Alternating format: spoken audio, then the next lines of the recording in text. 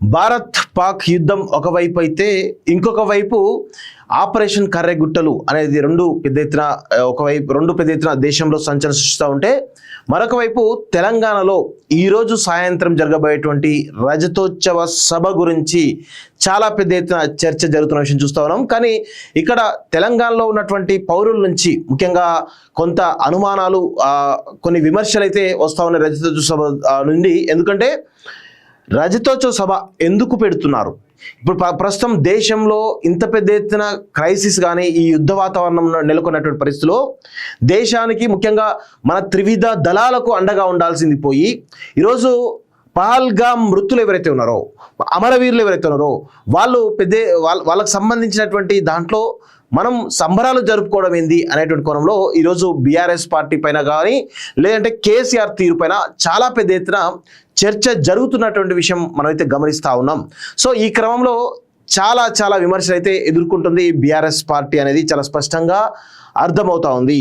అయితే BRS party రజతోత్సవ సభను కేసీఆర్ ఇంత ఘనంగా ఎందుకు నిర్వహిస్తున్నారు అనేటువంటి కోణంలో ఒకసారి మనం డీటెయిల్గా అనాలిసిస్ చేస్తే కనుక చాలా విషయాలు కూడా కనబడతాయి. ఇంతకుముందు కూడా నేను కొంచెం బ్రీఫ్గా చెప్పడం జరిగింది, ఇంకొంచెం డెప్త్గా చెప్పేటువంటి ప్రయత్నం చేస్తా. ప్రస్తుతం తెలంగాణలో బీఆర్ఎస్ పార్టీ ప్రతిపక్షంలో ఉండడం జరిగింది, ఇంకొక వైపు కాంగ్రెస్ పార్టీ అధికారంలో ఉండడం జరిగింది. అదేవిధంగా బీజేపీ ప్రధాన ప్రతిపక్షంగా వచ్చే భవిష్యత్తులో తెలంగాణలో అధికారంలోకి రావడానికి చాలా పెద్ద ఎత్తున ట్రై చేస్తూ ఉన్న విషయం మనం చూస్తూ ఉన్నాం. సో ఈ క్రమంలో బీఆర్ఎస్ పార్టీ నుంచి దాదాపు కొంతమంది 10 నుంచి 12 మంది ఎమ్మెల్యేలు అక్కడ కాంగ్రెస్ పార్టీలో చేరడం జరిగింది. సో దీనికి సంబంధించి లీగల్ ఫైట్ సుప్రీంకోర్టులో చేస్తున్న విషయం మనందరం కూడా గమనిస్తూ ఉన్నాం. సో ఈ క్రమంలో అదేవిధంగా అసెంబ్లీ ఎన్నికల తర్వాత చితికిలబడ్డటువంటి బీఆర్ఎస్ పార్లమెంట్ ఎన్నికల్లో మొత్తం కంప్లీట్గా తన ప్రభావం మొత్తం కూడా కోల్పోయి ఒక అంధకారంలోకి వెళ్ళినటువంటి విషయం మనందరం కూడా చూస్తూ ఉన్నాం. సో ఈ క్రమంలో బీజేపీ చాలా పెద్ద ఎత్తున ఎమర్జ్ అయినటువంటి విషయం మనం గమనించాం. సో ఎమర్జ్ అయి భారతీయ జనతా పార్టీ ఒక బలోపేతం అవుతుంది, తెలంగాణలో ఒక ఆల్టర్నేటివ్ శక్తిగా ఎదుగుతుంది అనుకున్నటువంటి క్రమంలో ఇక్కడ నాయకత్వ లోపం అనేది చాలా స్పష్టంగా కనబడ్డది. ఇక్కడేమో కంప్లీట్ నాయకత్వ లోపం బీజేపీలో కనబడ్డది. ఇప్పటికి కూడా దాదాపు సంవత్సరంన్నర నుంచి 16-17 నెలలు అవుతా ఉంది. ఇప్పటి వరకు కూడా 16 నెలలు కంప్లీట్ చేసుకున్నది. అది 2024 ఎలక్షన్స్ తర్వాత 16 నెలలు కంప్లీట్ చేసుకున్న తర్వాత 16 నెలల నుండి అధ్యక్షుడు ఇక రేపు మాపు అంటూ వీళ్ళు పొడిగించుకుంటూ వస్తూ ఉన్నారు. ఈ క్రమంలో ప్రజలకి భారతీయ జనతా పార్టీ పైన కొంత ఏవగింపు ఏర్పడ్డ విషయం అందరం కూడా గమనించడం. సో ఈ క్రమంలో బీఆర్ఎస్ పార్టీ చతికిలబడ్డటువంటి బీఆర్ఎస్ పార్టీ డే 1 నుంచి ఈరోజు అటాకింగ్ మోడ్లోకి వెళ్ళి కాంగ్రెస్ పార్టీని కొంత ఇరకాటంలో పెట్టడానికి చాలా పెద్ద ఎత్తున ప్రయత్నం చేశారు. వాళ్ళకు ఉండేటువంటి పింక్ మీడియాను వాడుకొని, సోషల్ మీడియాను వాడుకొని చాలా పెద్ద ఎత్తున ఒక కృత్రిమమైనటువంటి నెగిటివిటీ తీసుకురావడంలో సక్సెస్ అయింది బీఆర్ఎస్ పార్టీ. ఈ క్రమంలో ఇక్కడ ప్రస్తుతం బీజేపీలోనేమో నాయకత్వ లోపం చాలా స్పష్టంగా కనబడ్డది. కానీ బీఆర్ఎస్ పార్టీలో ఏమవుతుందంటే ఇక్కడ నాయకులు ఎక్కువైపోయి, అంటే ఇక్కడ ఆధిపత్య పోరు ఎక్కువైపోయింది. ఎందుకు అంటే ఇటు ఒకవైపు కేసీఆర్ ఏమో ఫామ్ హౌస్ తోటి ఇక్కడ ఫీల్డ్లో ఉన్నటువంటి కేటీఆర్ కానీ, అదేవిధంగా హరీష్ రావు కానీ, అదేవిధంగా కవిత కానీ, ఈ ముగ్గురు మధ్యలో ఆధిపత్య పోరు చాలా తారాస్థాయికి వెళ్ళింది. ఒకానొక సమయంలో వీళ్ళకు ఒక అంతర్గతంగా కుట్రలు చేసుకుంటూ వస్తూ ఉన్నారు. అది ఎప్పుడైనా కానీ బ్లాస్ట్ చేయటువంటి అవకాశం అయితే చాలా స్పష్టంగా కనబడుతూ ఉంది. ఇంకొక వైపు కాంగ్రెస్ పార్టీలో ఒంటరిగా ఒక్కడే నడుపుతున్నాడు పార్టీని, ప్రభుత్వాన్ని, రెండింటి కూడా రేవంత్ రెడ్డి అని చెప్పి చాలా స్పష్టంగా చెప్పవచ్చు. ఇంకొక వైపు మంత్రులు కానీ, ఎమ్మెల్యేలు కానీ, కార్పొరేషన్ చైర్మన్లు కానీ, పార్టీ నాయకులు కానీ అధికారంలోకి వచ్చింది కదా, ఇక మనం పెద్ద ఎత్తున దోసుకుందాం అనే కోణంలో చాలా పెద్ద ఎత్తున ఫిక్స్ అయిపోయింది తప్ప రేవంత్ రెడ్డి ఒక్కడు కనుక లేకపోతే కాంగ్రెస్ పార్టీ కంప్లీట్గా వీళ్ళు ఎవరు ఇటు కేసీఆర్, కేటీఆర్ కానీ, బీజేపీ కానీ పెద్ద ఎత్తున వాళ్ళు కాంగ్రెస్ పార్టీని కంప్లీట్గా ముంచేవాళ్ళు. ఒకనొక దశలో మొత్తం అందరు నాయకులను చేర్చుకొని కూడా పెద్ద ఎత్తున చేసే ప్రయత్నం కూడా చేసేటువంటి అవకాశం ఉండే. కానీ రేవంత్ రెడ్డి ఒక్కడై నిలబడ్డాడు కాబట్టి ఆయన తట్టుకోవడం ఇటు కేసీఆర్ వల్ల అయితే లేదు, ఇటు బీజేపీ వల్ల కూడా అయితే లేదని చాలా స్పష్టంగా కనబడతా ఉంది.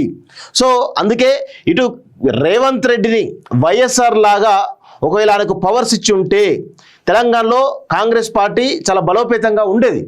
కానీ ఇక్కడ ఏమవుతుందంటే కాంగ్రెస్ అధిష్టానం, ఢిల్లీలో ఉన్నటువంటి అధిష్టానం ఇక్కడ రేవంత్ రెడ్డికి చక్రబంధనం పెట్టడంతో తనను స్వేచ్ఛగా పనిచేయలేకుండా ఇక్కడ ఉన్నటువంటి మంత్రులు ఉత్తమ్ కావచ్చు, అదేవిధంగా కోమటిరెడ్డి కావచ్చు, ఇలా చెప్పుకుంటూ పోతే చాలామంది, ఈవెన్ డిప్యూటీ సీఎం భట్టి కావచ్చు, చాలామంది కూడా ఇక్కడ చెక్ పెట్టేటువంటి ప్రయత్నం చేస్తూ ఉన్నారు. ప్రతి దశలోనూ రేవంత్ రెడ్డిని స్వేచ్ఛగా పనిచేయనీయకుండా చాలా పెద్ద ఎత్తున కుట్రలు చేస్తున్నటువంటి విషయం కూడా గమనిస్తూ ఉన్నాం. సో అంతర్గత కలహాలతోటి కాంగ్రెస్ పార్టీ చితికిల పడుతున్న తరుణంలో బీఆర్ఎస్ పార్టీ ఒక కృత్రిమ నెగిటివ్ తీసుకోవడంలో సక్సెస్ అయింది.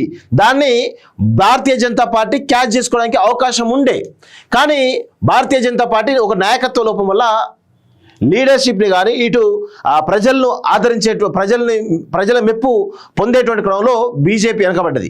సో ఈ క్రమంలో రాబోయే 6 నెలలు అన్ని పార్టీలు కూడా కీలకం. బీఆర్ఎస్ పార్టీకి కీలకమే, కాంగ్రెస్ పార్టీకి కీలకమే, అదేవిధంగా బీజేపీ కూడా కీలకమే ఈ తరుణంలో. ఎందుకంటే ఈ రాబోయే 6 నెలలు ఈ రాష్ట్రంలో స్థానిక సంస్థల ఎన్నికలు జరగబోతున్నాయి, ఎంపీటీసీ జెడ్పీటీసీ సర్పంచ్ ఎన్నికలు జరగబోతున్నాయి, కార్పొరేషన్ ఎన్నికలు జరగబోతున్నాయి, అదేవిధంగా నగర పంచాయతీ ఎన్నికలు జరగబోతున్నాయి.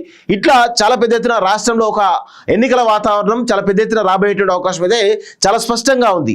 ఈ క్రమంలో కనుక మనం ఆల్టర్నేటివ్ కావాలి అంటే ప్రజలకి మనమే ఆల్టర్నేటివ్ అనేటువంటి ఒక మెసేజ్ తీసుకుపోవాలి. కాబట్టి కేసీఆర్ సైలెంట్గా రజతోత్సవం అని చెప్పేసి 25 ఏళ్ళ పండుగ అని చెప్పేసి చాలా పెద్ద ఎత్తున ఘనంగా నిర్వహిస్తున్నాడు వరంగల్ వేదికగా.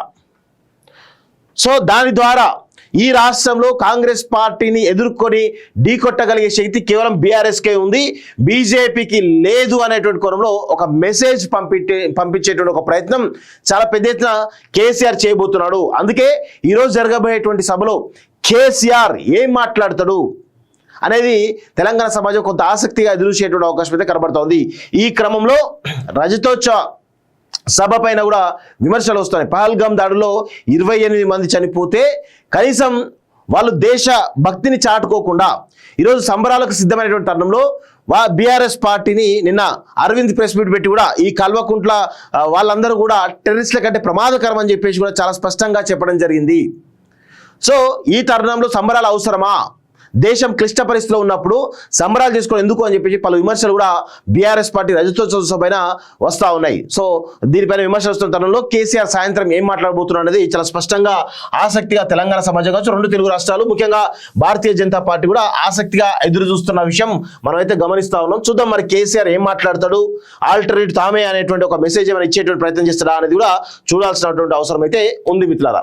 విదేశాల్లో ఉన్నత విద్యను చదువుకోవాలని అనుకుంటున్నారా? అయితే వెంటనే ఫ్లైగ్రాడ్ ఓవర్సీస్ ఎడ్యుకేషన్ కన్సల్టెన్సీని సంప్రదించండి. మీ విదేశీ కలలను సాకారం చేసుకోండి. ఫ్లైగ్రాడ్